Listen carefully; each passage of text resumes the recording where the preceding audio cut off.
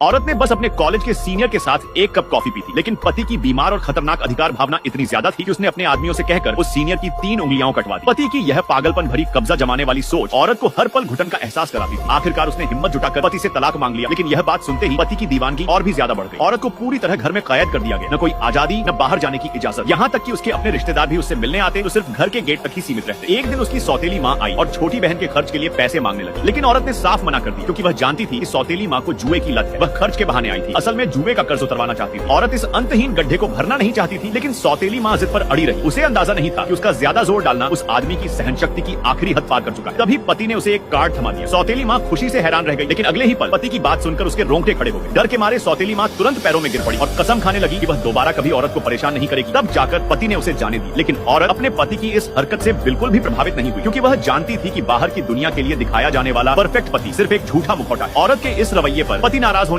होने के बजाय नौकरों को महंगी और खूबसूरत शाम की पोशाक लाने का आदेश देता है और घोषणा करता है कि वह अपनी पत्नी के लिए एक भव्य जन्मदिन पार्टी देगा। लेकिन पीछे मुड़ते ही वह ठंडे लहजे में बॉडीगार्ड्स को पत्नी पर कड़ी निगरानी रखने का हुक्म देता है। वह उसे दुनिया की हर चीज दे सकता है सिवाय आजादी के। जन्मदिन के दिन औरत गुड़िया की तरह सजी होती है, लेकिन पार्टी में पति की सौतेली माँ उसका मजाक उड़ाती है। पति इस बार भी गुस्सा नहीं करता, बल्कि औरत के पक्ष में खड़ा होता है। वह उसे शीशे के सामने ले जाकर एक बेहद कीमती हार पहनाता है, लेकिन इसके बावजूद औरत खुश नहीं होती और एक बार फिर तलाक की बात कह देती है। इस बार पति का गुस्सा फूट पड़ता है। वह बंदूक निकालकर औरत को धमकाता है कि वह जिंदगी भर उसकी कैद में रहेगी और सिर्फ मौत ही उसे उससे अलग कर सकती है। हैरानी की बात यह थी कि औरत को जरा भी डर नहीं लगा। बाहर की दुनिया में पति को एक आदर्श और पत्नी से बेइंतहा प्यार करने वाला आदमी माना जाता था। यहाँ तक कि छोटी बहन पीहू भी यही समझती थी कि उसका जीजा दुनिया का सबसे अच्छा इंसान है। इसी गलतफहमी का फायदा उठाकर पीहू औरत को भगाने का नाटक करती है और उसे जानबूझकर पहाड़ी के किनारे ले जाती है। जब सारे रास्ते बंद हो जाते हैं, तब भी औरत पीछे मुड़कर नहीं देखती। चाहे पति घुटनों के बल गिरकर माफी मांग ले, वह उस सुनहरे पिंजरे में लौटने को तैयार नहीं होती और बिना झिझक समुद्र में छलांग लगा देती। किस्मत से वह जिंदा बच जाती। पति से बचने के लिए वह जान जोखिम में डालकर एक गाड़ी रोकती। गाड़ी में बैठा आदमी उसे पीछा होते देख गाड़ी का दरवाजा खोल देता है और उसे अपने साथ ले जाता है। वह उसे अपनी स्टूडियो ले जाता है, जहाँ पता चलता है कि वह डॉक्टर आरव नाम का एक प्लास्टिक सर्जन। औरत उससे अपना चेहरा बदलने की गुजारिश करती है। डॉक्टर पहले इनकार करता है और कहता है कि ऐसी मांग आमतौर पर अपराधी करते हैं। तभी औरत चुपचाप अपनी जैकेट उतारकर जख्मों से भरी अपनी बाहें दिखाती है और कहती है कि वह सिर्फ जिंदा रहना चाहती है। यह देखकर डॉक्टर आरव का दिल पसीज जाता है और वह उसकी मदद के लिए तैयार हो जाता है। अजीब संयोग यह होता है कि औरत वही चेहरा चुनती है जो डॉक्टर की पूर्व पत्नी काव्या का था। 1 महीने बाद